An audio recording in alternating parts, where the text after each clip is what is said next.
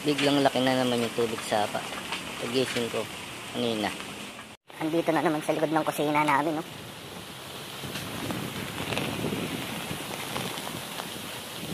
Magdamag na ulan. Bilis, oh. Ito, sa likod ng kawayan namin, no? Ayan, oh. Ito yung bahay namin, no?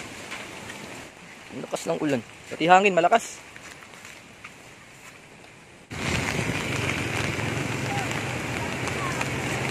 Ang taas ng tubig.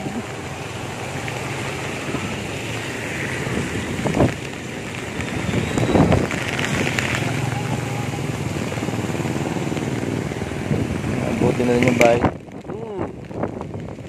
Wait tayo.